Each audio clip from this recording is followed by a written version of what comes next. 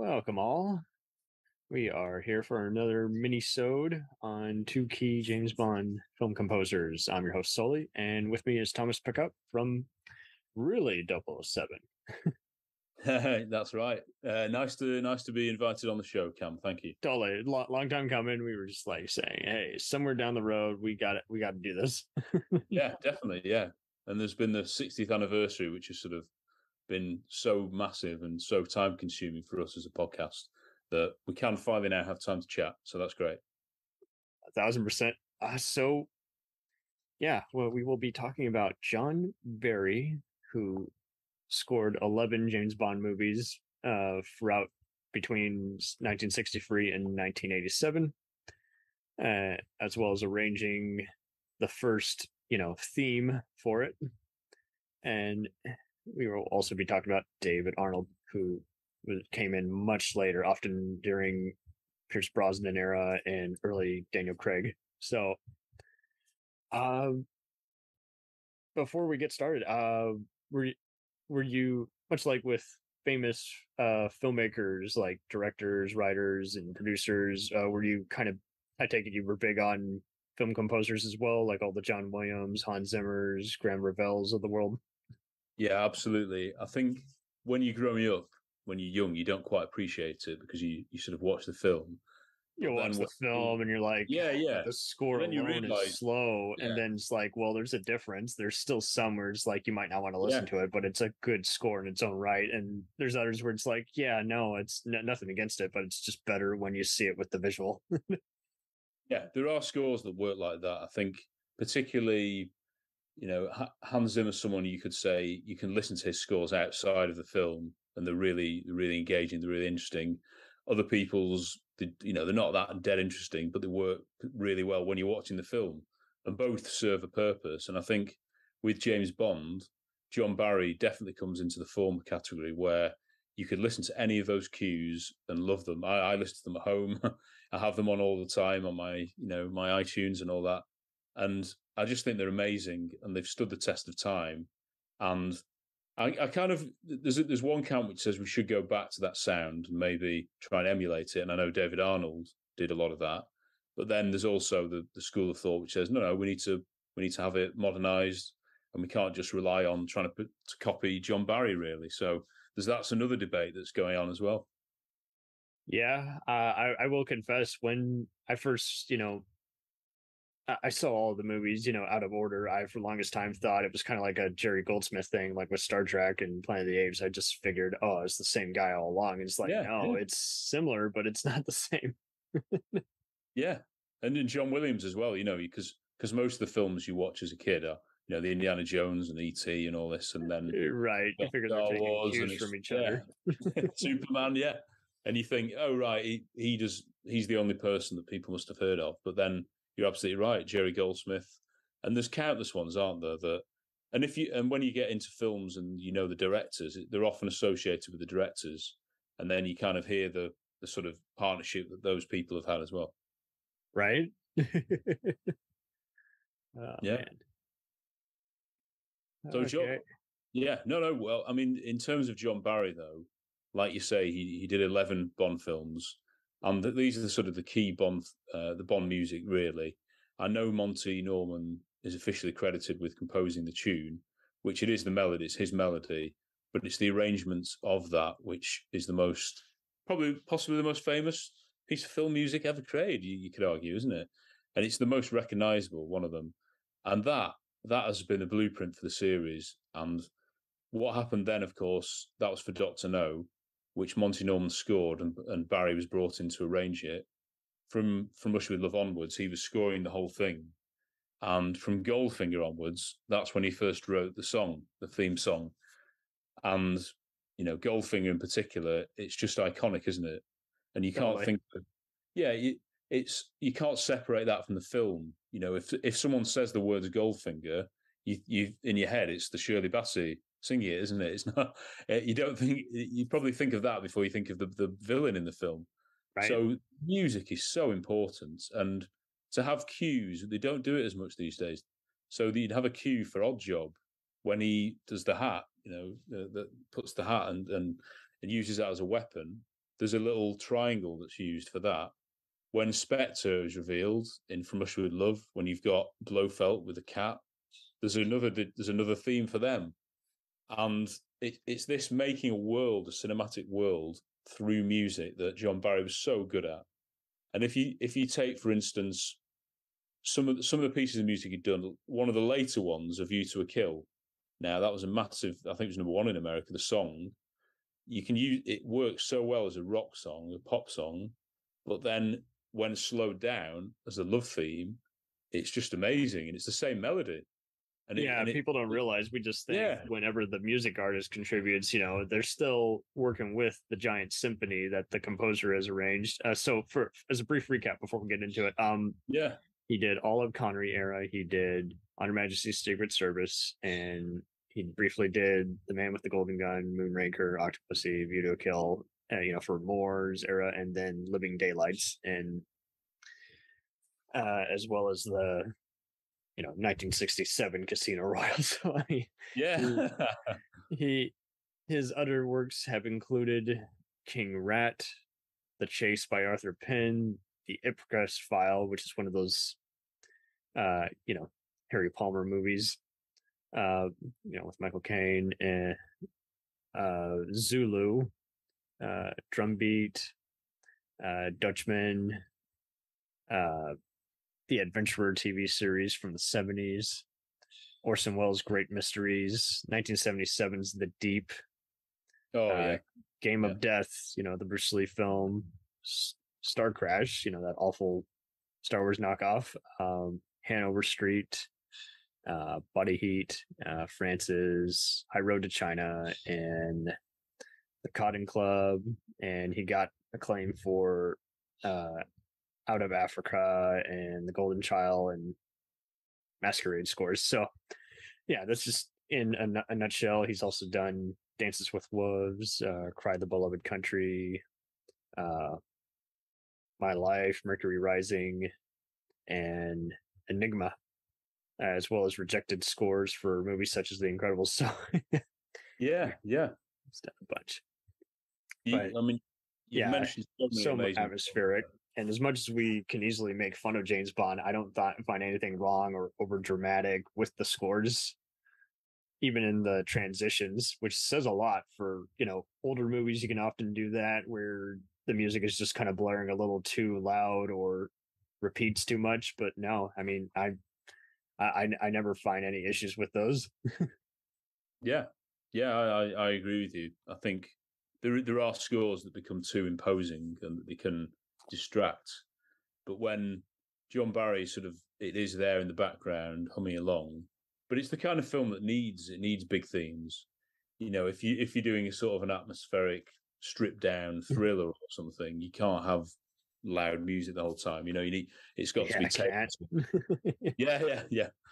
So I do generally. I mean, the guy he's from York, which it's about an hour and a half from where I live in Manchester.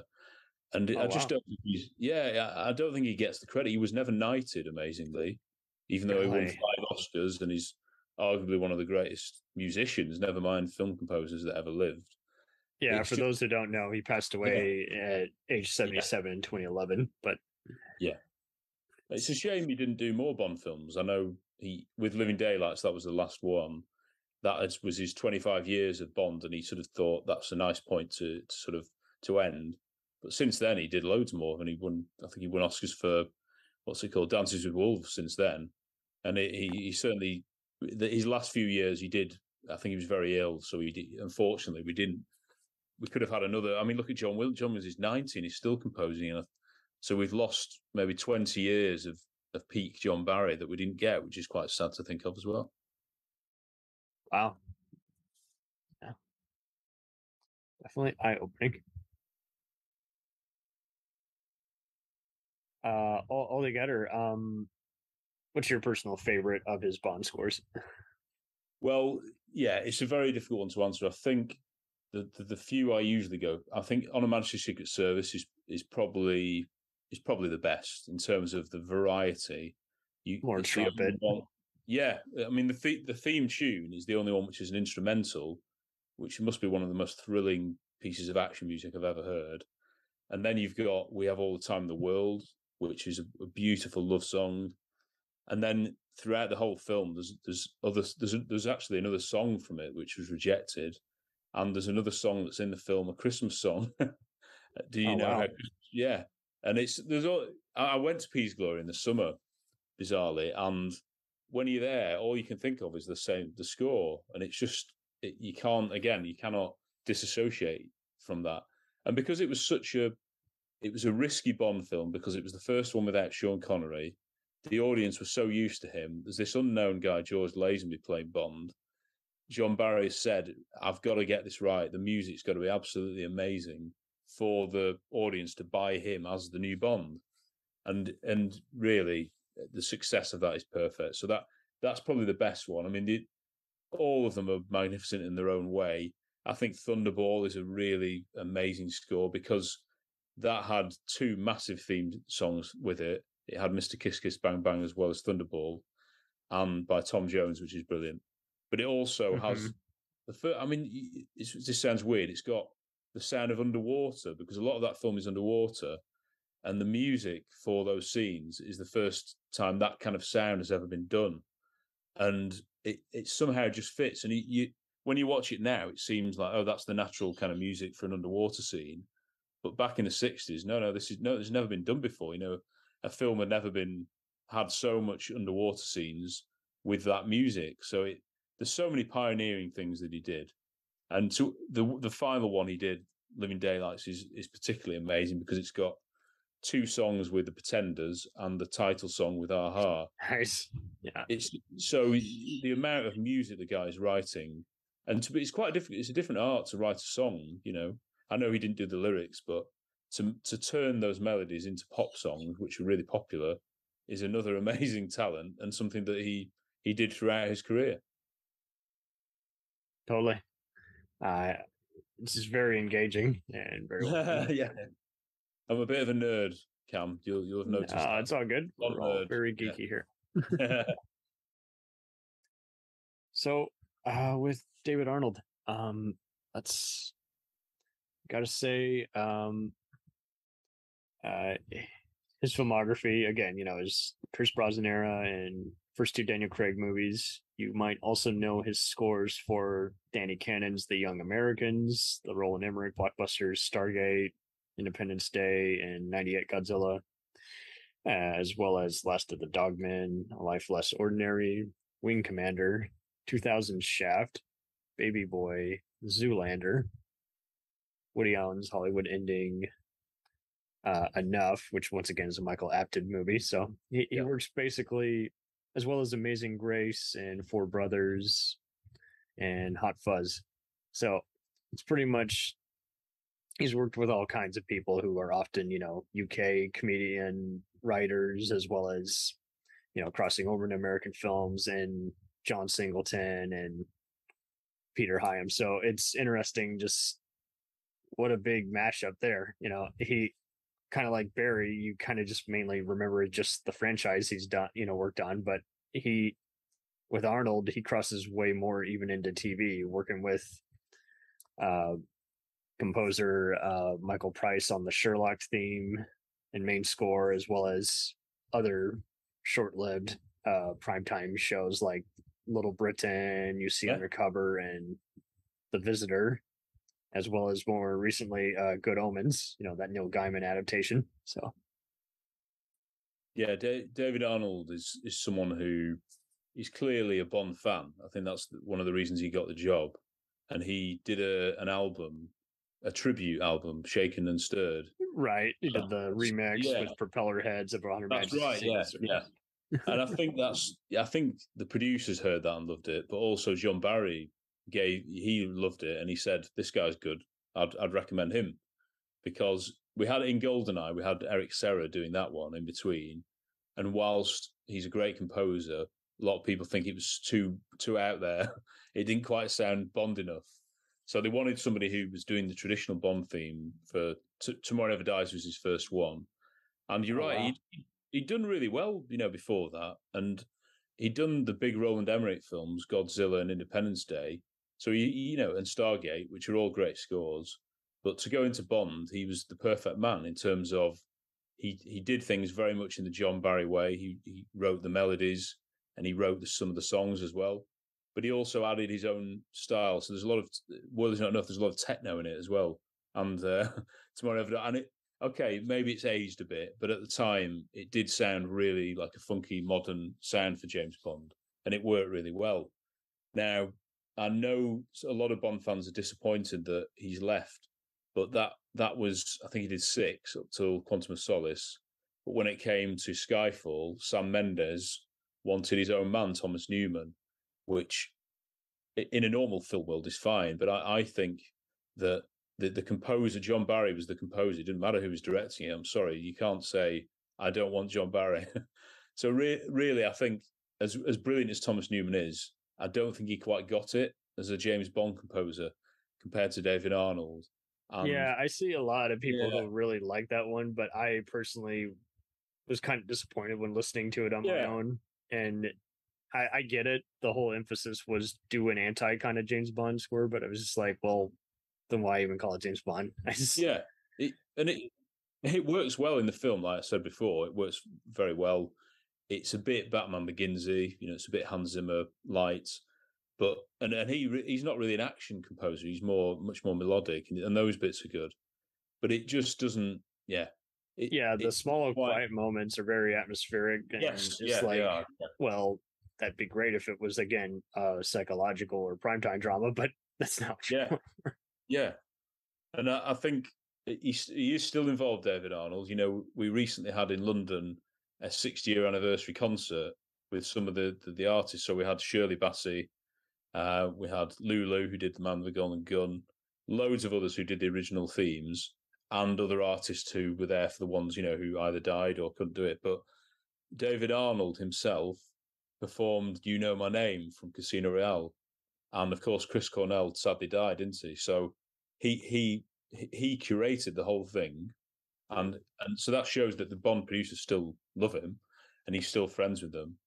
And he said with You Know My Name, because it's him and Chris Cornell wrote it together, he just felt, I don't want to hear anybody else singing this song, so I'll sing it. So he actually sung it and played guitar on it. And you know what? He's got a good voice. So I'd recommend checking that out. I think it's on Amazon Prime in England, certainly. But I hope it's on there in the US as well. It's a really good concert of the Bond music, and David Arnold is front, right, and center of it. I will be sure to check that out. Altogether, I mean, these guys are apples and oranges. It's tough to compare even just the two of them. But I'm with you. It's hard to replicate that, and at the same time, I just don't think it gets any better once Arnold leaves, and Barry's just so iconic in that he kind of just changed up how any kind of big movie score can kind of sound. I mean, again, all the guys who come later might be better known, but don't think for a minute that it's a small world. There's plenty of others who have been around for years who have contributed, but it's like you say, it's like it's that they're just so in the thick of it that to just try and teach other people is like to do a good job. It just seemed like half the time they just kind of go with, well, what's in the top ranked music currently. Okay, that's what we're going to use. I think you're absolutely right, and the Bond music has stood the test of time. We've got to accept we're never going to get anyone as good as John Barry. I think we've got to accept that. And there are loads of amazing composers. Hans Zimmer did the last one, No Time to Die, and he's he must be one of the greatest composers that's ever lived. But even he can't quite get that Bond world, and that's partly because he's modernizing it. He's doing new things, and again, that score is great to listen to in the car or whatever. But it also works for the film because it's certainly not my favorite Bond film, and I don't agree with a lot of the plot points in it. But for what it's trying to do, the music works perfectly with it. So there are, I wouldn't be averse to Hans staying on. I think he might be more like, well, I've done Bond now, I've done Batman, I've done all these different things, done Superman. Right. I don't know whether I want to do another one. And we might be waiting a long time before the next Bond film as well. So who knows? But I do think they should not copy Barry, but as long as they've got that blueprint, as long as they use the Bond theme.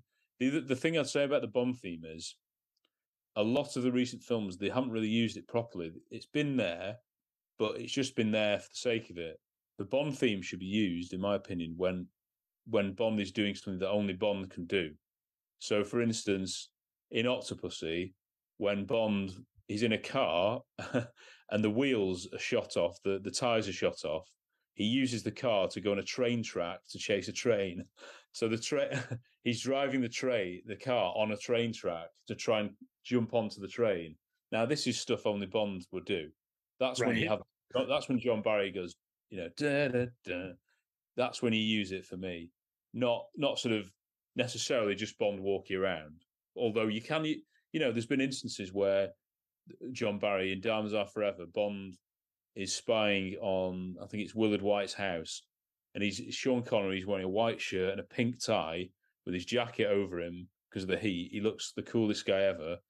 And John Barry does an amazing mix of the Bond theme and the Diamonds Are Forever theme on like a bass guitar, and it's the guy is so good and he gets it, and it's that variety of the theme, using it in the correct way, that I think whichever composer takes over for the next one needs to get right. Yeah, they got to find someone who's.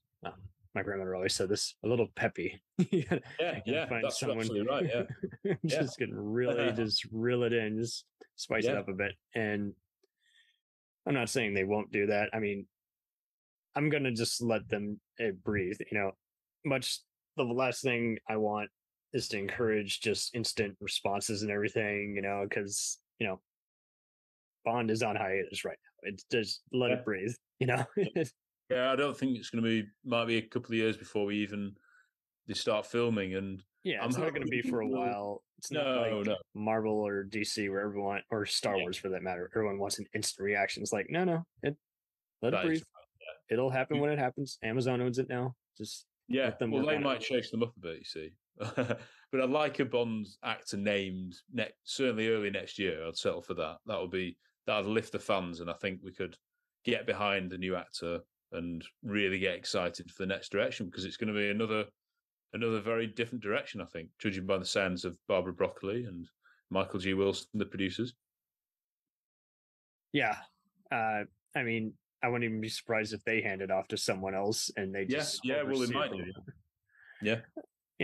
They already had to deal with just so many different, larger than life personas playing the title role, and then having to, again, they were trying to kind of emulate a lot of various other personas, and at the same time they were always in denial. I was like, no, we didn't. We're not trying to make it like this.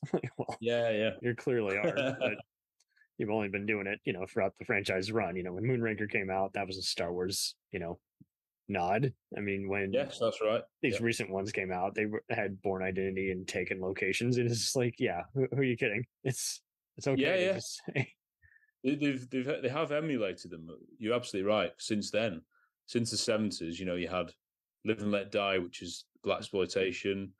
Man with the Golden Gun had loads of kung fu in it, because that was in the mid 70s. That was really popular in America. Yes. Yeah, it's happened the whole time, and you're absolutely right. The Bourne films, you could even say Batman with The Dark Knight and Batman Begins. We had a Bond Begins with Casino Royale, and that was it was only a year after. So there's lots of trends that Bond's been doing for years. It's not like, all of a sudden they're copying. Bond's always been with the times and trying to be modern, whilst also trying to give you those classic elements that every Bond film should have. Yeah, totally. Whoever does it, good on you. I'm sure you'll make your money. All I can say is, just do what you want to do with it, instead of trying to get caught up in just, office politics. We made it like this or that. Yeah, I agree. Creativity, whoever's allowed to write and direct it as well, and let them have their vision, I think, for the future. Totally. Okay. Well, so really 007 podcast is still going on. Let's check. Yeah, it is. We started in, I think, August 2020 during lockdown in the UK. It was a bit of a hobby, but it's turned into sort of most of my life is now spent doing these Nice. So it's just been really good as well to get to know the Bond community, which I didn't know existed. I'll be honest, I didn't really go on social media for James Bond stuff until I started this, and it's so amazing to see how many, like I say, Bond geeks there are who know the films inside out, and they love chatting about it, and they're all, in the main, really nice people.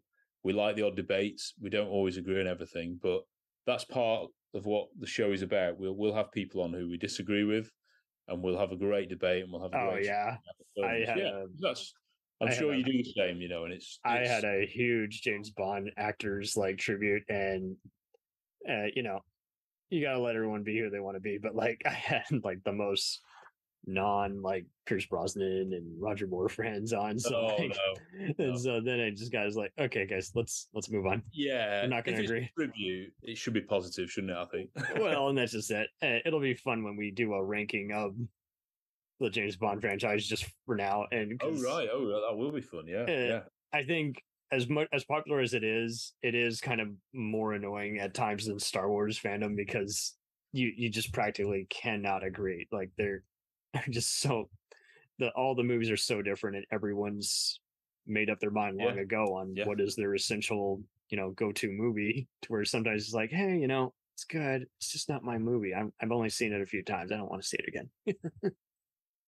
Yeah, yeah, there are, and you're absolutely right. When you've got 25 films, you're going to have so many different styles and tastes, and some Bond films that weren't very well received. I mean, On Her Majesty's wasn't well received at the time, and then over the years, it's sort of been seen as a silly one, or the one with that guy who I don't know who was Bond, but then in the last 10 years or so, it's been completely reassessed, and it's now regarded as one of the best ones of the lot. And I they even, of mean, course, use the even music. Roger Like, Ebert and The Guardian yeah, have liked, and Empire Magazine have liked a lot of the ones that often get yeah. put on the shitter list. Like, what There was are Gandalf like and Moonraker. Quantum? Yeah, Quantum is. I couldn't stand it the first time I saw it, but I really like it now. So it is an odd one with Bond films. They do Yeah, I mean, take even their the time. ones I see people trying to praise the show Skyfall, and I'm like, no, I think Casino Royale is as deep as it gets. I feel like Skyfall is a whole totally different movie. Oh yeah, yeah. I mean, those are probably the two most popular Daniel Craig films, and I I even think see fans of Moonraker, and I can't. yeah, Moonraker's great because it knows what it is. It knows it's a bit It silly. is. It's just a very overlong one for me, but I do like. Oh, do you think so? I do like some of the other ones that more Yeah. zen, and it's just so funny.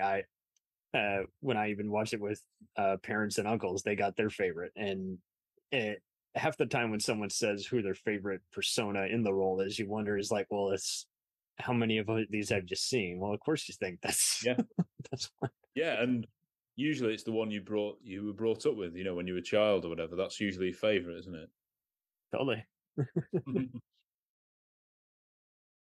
Oh man. Well, so uh, what will you be covering next on your Bond themed podcast? Will you just be Well, covering a we score we from one of we the have exact just movies?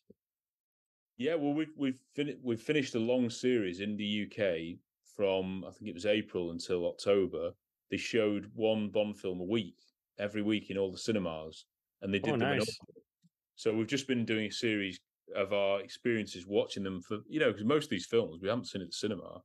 We've only seen the Pierce Brosnan ones really before, and the Daniel Craig ones. So that's been amazing. After in the future, we'll be going back to our reviews.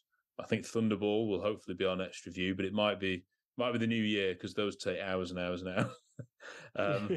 So yeah, there'll be regular episodes. There'll be one coming out in the next week or so about some of the songs. I think that one's on All Time High from Octopussy and Goldfinger the song. So that'll probably be one of the next ones you'll be able to hear. Very nice. Okay. Well, obviously you're staying busy, but be safe out there. I know, um, much like in the fictional real world, there are some crazy real life villains out there that Bond would Yeah, probably have to put an end to. So you're absolutely right, Cam. uh, I take it. I always bring this up with other UK guests. Have you seen that TV show Line of Duty? Yeah. Oh, have you heard of that in America? Yeah, we did a special on it, and it was very awesome. But we were just guffawing how there was one viral video when the show wrapped that did a mashup that made it look like the interrogators were interrogating Boris Johnson. Oh yes, I think I might have seen that one. Yeah, brilliant. I was just like, that's a wild mashup, and yeah, some talented people out there, aren't they, making these videos? Oh, totally. And we've talked about the show Spooks, which is kind of a more realistic, MI5 is basically the feds versus, MI6, which is basically the CIA equivalent. And it's been interesting how they've been kind of going their own route, trying to do even 24 came to London one season, so it's just all the spy shows kind of tip their hat to Bond in a way. Yeah, they do. And, but Bond was the first sort of spy thriller that, and they were not necessarily family films, but they were all like PG growing up, so the family could watch them all. And I think that's been important. That I think with the Daniel Craig, part of the problem is they're not really ones you show your kids, and it was great to grow up with the Roger Moore and the Sean Connery, where everyone could watch them and everybody wanted to be Bond. Even my uncle, who likes all kinds of fun escapism, was like, "Yeah, man, they got really depressing these last 3 months." Yeah. It's okay for a period, but I think if we could go back to the more aspirational, fun Bond films, that's what I'd want anyway, personally. Oh, totally. That's kind of what I'm hoping with this upcoming Indiana Jones too. Just have a fun kind of just spectacle and then a proper send off. Don't try and worry about, okay, and now we got to set it up for 5 more sequels. It's like, no. Absolutely, yeah. Standalone film. Standalone, let it in organically as opposed to, and then we got a gotcha moment so the last 20 minutes don't have anything to do with the first 40 minutes. Yeah, like a cameo or some, I've heard about the Black Adam one, but yeah. It should be about the film and the plot, not setting other things. Okay, well, this was a delight, and I will let you know when this episode premieres. Thanks, Cam. It's been great chatting to you, and I hope we can chat again soon. Absolutely. Let me know other stuff you're thinking of, any other filmmakers, composers, or film shows, music bands. I'll be here. Brilliant. Okay. Nice to meet you, Cam. And likewise. Yeah. All right. We'll return after these messages. Do you ever find yourself thinking about who would win in a fight between Goku and Superman? Hi, I'm James Gavsey, and on the Who Would Win show, me and my co-host Ray ignore anything important happening in the outside world and debate fictional battles between characters from comics, movies, and video games. We got a new show every week, and almost always am I the winner. Yeah, not true, Ray. In the past, we've discussed such matches as Captain America versus Darth Vader, Solid Snake versus the Iron Giant, classic matchups like RoboCop versus Terminator, and even the Muppets versus Sesame Street. That one was crazy. So if you're a fan of geek culture and love a spirited debate, check out the Who Would Win show wherever you get your podcasts, or check us out at whowouldwinshow.com.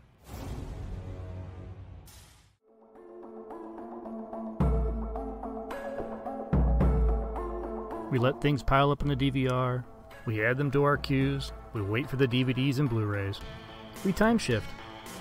The Time Shifters Podcast. Sci-fi, horror, fantasy, superheroes, comedy, action, film, television, maybe some not-so-current events. Find us on iTunes or at timeshifterspodcast.com.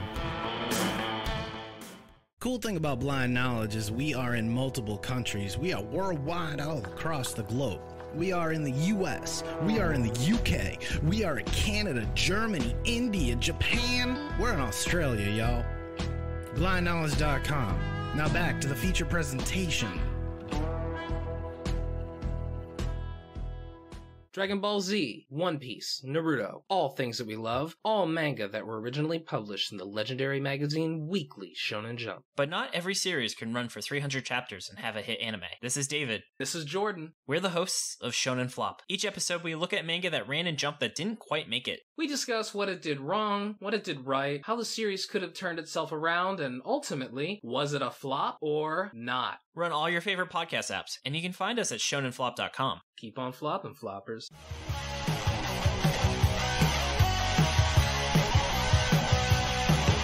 Follow us on the web on Facebook, Twitter, and Instagram. The podcast is available on Podbean, Spotify, iHeartRadio, Anchor, Apple, and anywhere else podcasts are available. Feel free to review our show and leave comments on any of those sites. Thanks a million for listening. It's a jacked up